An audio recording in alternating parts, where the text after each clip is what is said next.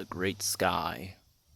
Plenty of creatures existed in the sky, and it looks like we're taking a look at a creature that has the ability to fly, and that would be this lovely creature right here. This is a Tupandactylus, a relative of the pterosaurs that existed during the time of the dinosaurs' existence. They're mostly characterized by having a large crest on their head and a little hook-like proportion underneath their lower jaw, as you can see here. Their colorations are usually currently discovered here being brownish copper with some orange accents, including orange eyes. As you can see, this is a male and a female. The female is currently guarding the nest as the male keeps watch of any predators dumb enough to actually attack them. They are armed with vicious talons, capable of ripping open anything, almost anything. And their bills are quite sharp, and so they can easily gouge anybody's eyes out.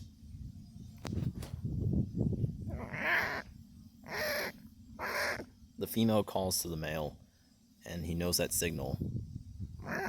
He goes flying to look for a meal for his mate and his soon-to-be-born chicks. Right here is what remains of a dried-up lake. As you can see, all poor fish are currently suffocating on the land. But this is easy pickings for Tupandactyluses. With impeccable eyesight, the male swoops down to get it.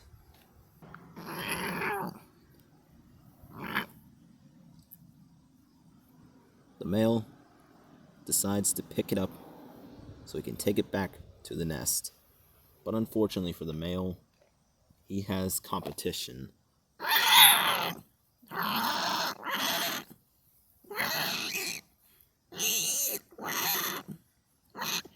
This male already claimed these 3 fish as his to try and impress a mate.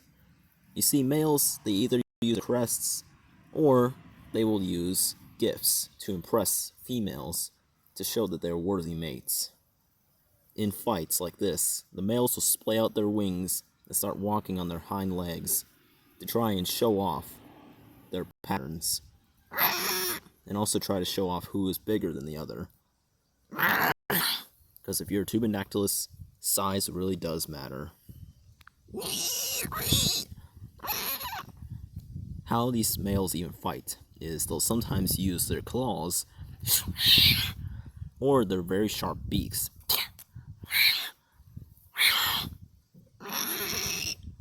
The male has won, and now it is time for him to go collect his prize. The male takes off with the fish.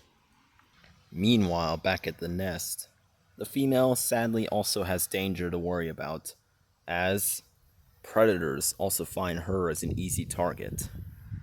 You see, when pterosaurs or creatures that have eggs, they are nest bound, meaning they cannot leave their nest or their eggs, or else they will be eaten. And so that's why she must guard them with her life. And that's why she's very dependent on her mate. That's why these creatures also mate for life, just like modern-day shoebills. But unfortunately, the female sadly sees a predator, a pteranodon, a distant relative of theirs that loves to prey on other chicks and nests. The pteranodon sees the nest, and he goes over. The female does a threat display, which actually scares the pteranodon off. You see, Tupandactyluses will spread out their wings to make themselves look bigger, not to rivals like the males earlier, but they also do this practice to scare off any worthy predators. And as for the male, he is now back with the quarry. The female collects the fish, and then she begins eating it.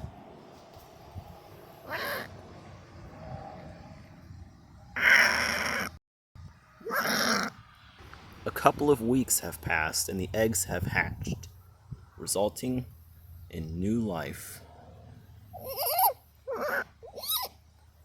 These two young Tupandactyluses are waiting for their parents to return, as at this stage the mother will begin leaving the nest, up to the babies to actually defend themselves.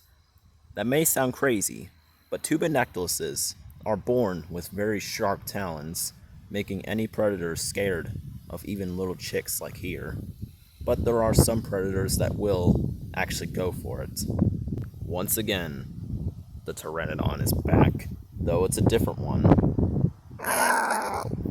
He sees the nest, and he goes over to it.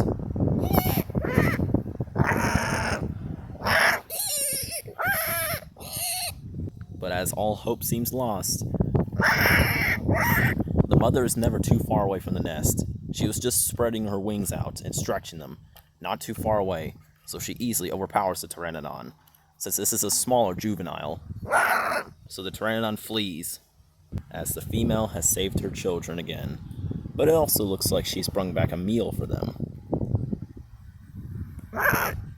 She eats it. Just like modern-day birds, prehistoric animals also did this practice where they would vomit the remains of their food onto their chicks in order for the chicks to eat them and eat the spoils.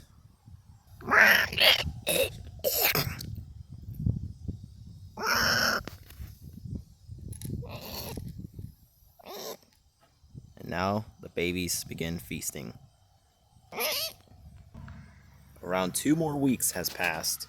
Now it is time for the babies to start flying. The mother would grab the babies by their wings or any appendage, and then she would throw them. This may seem cruel, but this actually helps the babies to actually fly before they touch down on the ground. It looks like the little guy has caught wind, and now he is flying. He does so much as to fly back to the nest.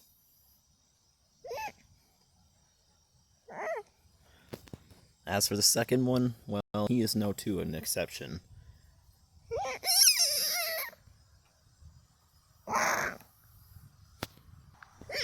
He too catches the wind, and he starts flying, but suddenly...